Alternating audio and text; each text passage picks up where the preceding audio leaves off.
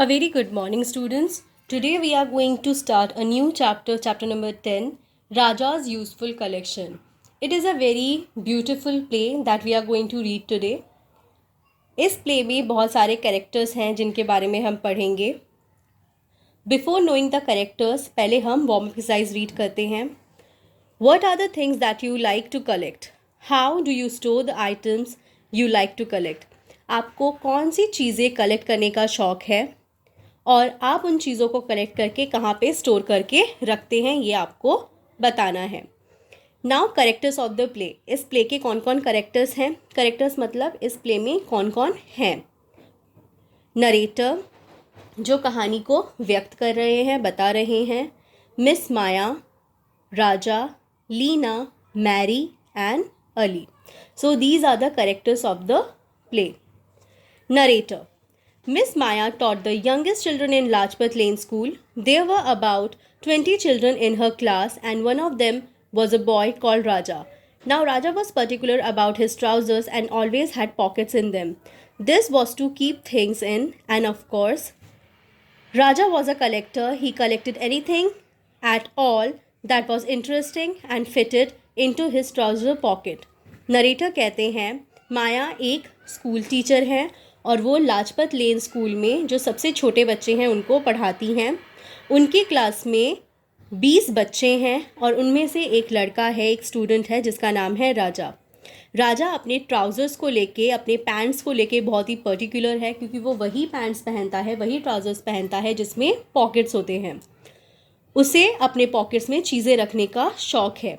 वो एक कलेक्टर है.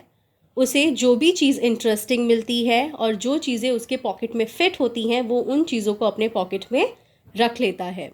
One morning Raja set out for school. He walked along as he usually did with his head bent so that he could look for the interesting things on the ground as he walked along. एक दिन सुबह राजा जब school जा रहा था वो अपना sir हमेशा नीचे झुका के चलता है क्योंकि जो भी चीज़ें उसको इंटरेस्टिंग ग्राउंड में पड़ी हुई मिलती हैं वो उनको अपने पॉकेट में रख लेता है स्कूल में जाते जाते. राजा टू हिमसेल्फ. राजा खुद से कहता है here's a strong thick rubber band. यहाँ पर एक स्ट्रॉन्ग और मोटा रबर बैंड गिरा हुआ है. I know how it came here. मुझे पता है ये यहाँ कैसे आया. I have seen the post women slip it of her bundles of letters and drop it on the path. मैंने देखा था जब पोस्ट वुमेन यहाँ से गुजर रही थी तो उनके पास जो चिट्ठियों का बंडल था, जो चिट्ठियाँ थी, उनमें से ये गिर गया रास्ते में. Narrator. He picked it up and put it in his pocket. Narrator कहते हैं तब राजा ने उस रबर बैंड को उठा लिया और अपने पॉकेट पे रख लिया. राजा. What a flat round pebble.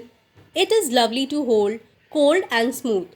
राजा को रास्ते में जाते जाते एक फ्लैट, चपटा और गोल पेबल मिलता है. पेबल मतलब स्टोन मिलता है. उसे वो पकड़ने में बहुत अच्छा लगता है, ठंडा और smooth, cold and smooth.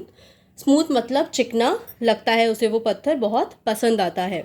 Narrator. Raja put it in his other pocket. He walked a little further still looking.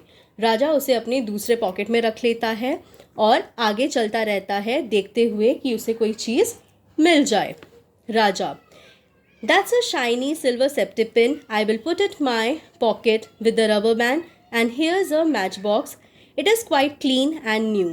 रास्ते में चलते हुए उसे एक शाइनी, चमकीला और सिल्वर कलर का सेफ्टी पिन मिलता है. वो उसे अपने पॉकेट में रबर बैंड के साथ रख लेता है.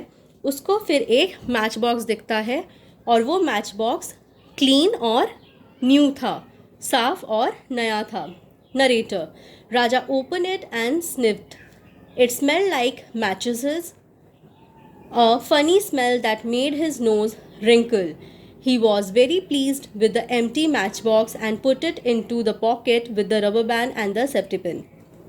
राजा उसको खोलता है और स्निफ्ट करता है. स्निफ्ट मतलब होता है उसको सूंघता है और वो उसे दूसरे मैचेस की तरह ही, जैसे दूसरे मैचेस होते हैं वैसे ही वो उसे स्मेल लगता है. उसे वो बहुत ही फ़नी स्मेल लगता है जिसकी वजह से वो अपना नाक जो है उसको रिंकल करता है. रिंकल मतलब नाक को थोड़ा फोल्ड करना, ऐसे करके थोड़ा करके ऊपर करना.